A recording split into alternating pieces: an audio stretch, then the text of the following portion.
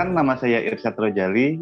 Saya ingin memberikan pengalaman saya saat berdagang di tengah pandemi COVID saat ini. Alasan kenapa saya membuka usaha ini karena pada saat di tahun 2020 itu memang angka COVID-19 itu memang sedang tinggi-tingginya dan banyak perusahaan-perusahaan yang malah merumahkan. Jadi sedikit harapan saya juga sih untuk melamar kerja di tempat lain, sedangkan saya juga terkena PHK di perusahaan saya yang kemarin saya kerja. Makanya di saat banyak perusahaan-perusahaan yang PHK-kan karyawannya, di situ saya tergerak untuk, ayo bismillah, saya coba untuk berusaha untuk dagang. Saat suami saya dapat kabar di PHK, itu memang cukup mengagetkan juga ya, karena di satu sisi juga saya saat itu sedang hamil besar juga, dan saya juga baru saja di PHK. Kita jarak ini 2 bulan, jadi rentang 2 bulan saya terlebih dahulu di PHK di perusahaan saya, kemudian 2 bulan kemudian suami saya, dan saat itu memang cukup kaget juga kan, tapi kita harus fight gitu, kita harus berjuang gimana, dan suami juga saat itu tidak butuh waktu lama juga sih untuk memutuskan, saya langsung mau berusaha gitu. Dan karena saya melihat tekad dari suami saya, ya sudah, saya dukung kamu lakukan apa yang kamu yakini gitu. Karena kalau bukan dukungan dari keluarga kan siapa lagi gitu, apalagi yang terdekat istri gitu. Sempat pusing juga sih gitu, apa iya kita bisa. Nah setelah berjalan kita buka kedai, kita pun saling berbagi peran gitu ya. Kalau saya sih perannya lebih ke bagian dapur, kayak menyiapkan praproduksinya seperti memasak boba, kemudian keperluan-keperluan lain, kayak menyiapkan bubuk-bubuk yang akan nanti dijual seperti itu. Sementara kalau untuk si suami saya ini, dia lebih ke marketingnya. Saya meliputi pembuatan, marketing juga, terus promosinya juga. Ya hampir semua yang ada di toko itu yang saya kerjakan.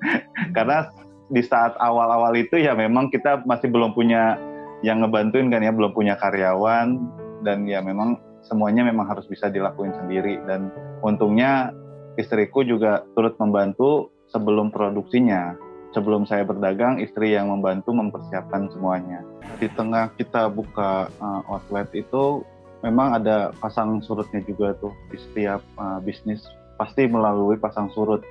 Nah, strategi saya untuk meminimalisir penurunan yang sangat drastis itu yaitu dengan terus memodifikasi menu-menu dan memunculkan menu-menu yang baru. Di situ saya coba, awalnya saya koordinasi dengan istri saya, tentunya juga sama karyawan saya juga kita briefing dulu sebelum saya menentukan apa aja sih nih yang harus kita tambahkan dan harus yang kita hilangkan dari menu yang sebelumnya ada. Dan dari situ alhamdulillah sih lumayan tuh, mulai dari strategi menu, dan kita nggak lupa itu kita terus mendorong di segi promo. Kalau saya sih sebagai karyawan, saya sih lebih banyak kayak ngasih saran, kayak misalkan ada, Bang tambahin variasi menunya, toppingnya. Ya, nah Ines ini salah satu karyawan yang saya pikir ini cukup cekatan ya, karena dia itu berinteraksi dengan customer itu, dia menyerap.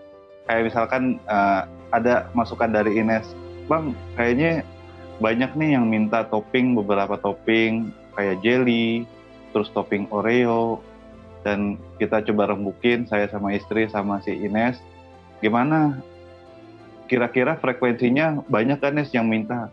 Lumayan banyak Bang, oke kita adakan. Jadi menurut saya ini inovasi dari Ines ini cukup bagus juga sih, dan tentunya kita juga ingin terus menebar kebaikan dengan membagikan minuman-minuman gratis yang kita sudah programkan dari awal.